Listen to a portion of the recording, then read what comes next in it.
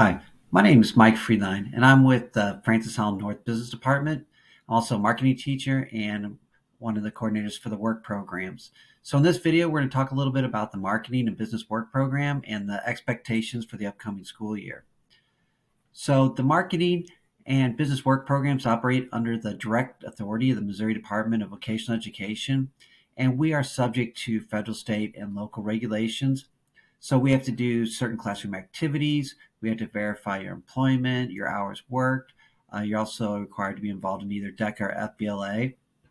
So you'll receive one grade for your marketing or business computer technology class and another separate grade for the work program. And then you will have to submit your pay stubs for verification. So let's first start with employment. So we're just about to start school, and hopefully you had a good summer and you guys already have jobs lined up and hopefully already currently working at those jobs. If you don't have a job, you need to get a job by the 10th day of school. So if you don't have a job, talk to one of us. We have a lot of leads on jobs. There's tons of opportunities out there right now. So if you do need help getting a job, let me know. We can easily get you a job somewhere in St. Charles.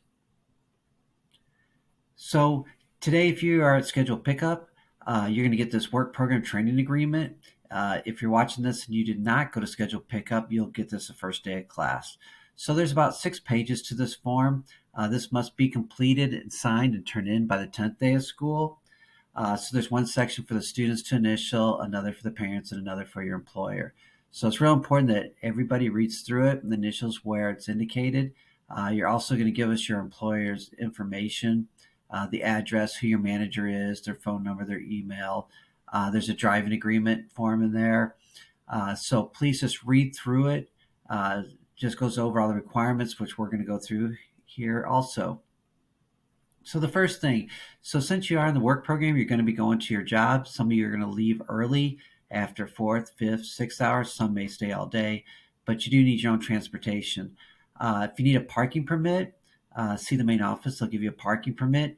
If you are leaving school early, you want to get one of the AM passes. You're going to be up front, but you are required to leave before the end of the day because the buses will be right where you're going to be parked. If you are going here a full day, make sure you get a general parking permit, not an AM, because they need those spots cleared by the end of the day. So attendance. Good attendance is required to maintain any job. And with the cooperative work experience, you will lose credit if you miss more than 8 days in a semester. So we do require good attendance. That's a state regulation. That does not include field trips and college visits. Those do not count as days absence. Also, if you get sick with the flu and you're out 3 days in a row, or COVID or something, that counts as one day. So if you miss consecutive days, we count those as one day. So it has been a problem in the past, but I just want you to make aware of. Parents, I usually try to get in touch with you if your son or daughter has missed 4 days in a semester, just to give you a heads up. So if you do miss over 8 days, you will not be eligible for the work program for the second semester. So, and you could lose credit. So make sure you have good attendance. That also goes with skipping classes. Those all add up to days. If you miss 1 or 2 classes a day, that's going to add up to a full day. If you're involved in sports and activities, so you're playing a sport, you're in band, you're in Stuco, there's state requirements that you have to be enrolled in 3 credit hours per semester. Each class is a half a credit. So 3 credit hours would be 6 classes. We have a 7-period day. So you have to be here for at least 5 classes that earn credit. And then your 6th class would be the work program, will count as the other half credit. So if you have a study hall or a teacher aide, those do not count as credits. So that would make you ineligible. If you leave after 5th hour and you have a study hall, you're ineligible. Also, in order to play sports the second semester, you have to earn 3 credit hours the first semester. So make sure you pass all your classes, you don't have a study hall or something like that, and you're here for at least 5 classes. Now, if you're not involved in sports activities, some of you might be leaving after 3rd or 4th hour, which is fine. But if you are going to play a sport, make sure you have 5 credited classes each semester plus the work program. Sometimes it happens somebody will drop a class after a month and they put them in a study hall. Well, that just makes you ineligible. So you got to pass all those classes.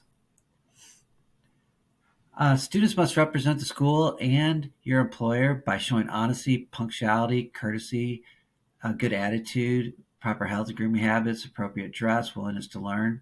So we want you to give us a good image, give your workplace a good image, because we want to send future students to wherever you're working at too. We have a great reputation so far and good relations with all sorts of businesses across St. Charles. Every day I get either a phone call or an email asking, do we have any more good students that can come work for them? So we want to keep that relationship going. If you happen to get terminated from your employment, that will drop you from the work program. There's different situations may arise, so we take it on a case by case basis, but we expect you to do the best job you can and just keep open communication with us regarding your job status. So, your work hours requirement. So, to be in the work program, at a minimum, you have to work 180 hours per semester to receive a half credit. That's like one class. Uh, if you get to 360 hours in a semester, that would be a full credit. So it'd be like two classes. So you get two A's on that. So 180 hours breaks down to about 10 hours a week that you would work because there's about 18 weeks in each semester. So that does not mean you have to work 10 hours every week. It just means on average, if you do work 10 hours, that would equal the 180. But some people are involved in sports and they only can work like 5 hours during that sport, and then they pick up a bunch of hours after that. So your hours for this first semester will start counting the first day of school through the end of the semester. So over fall break, weekends, all those hours count.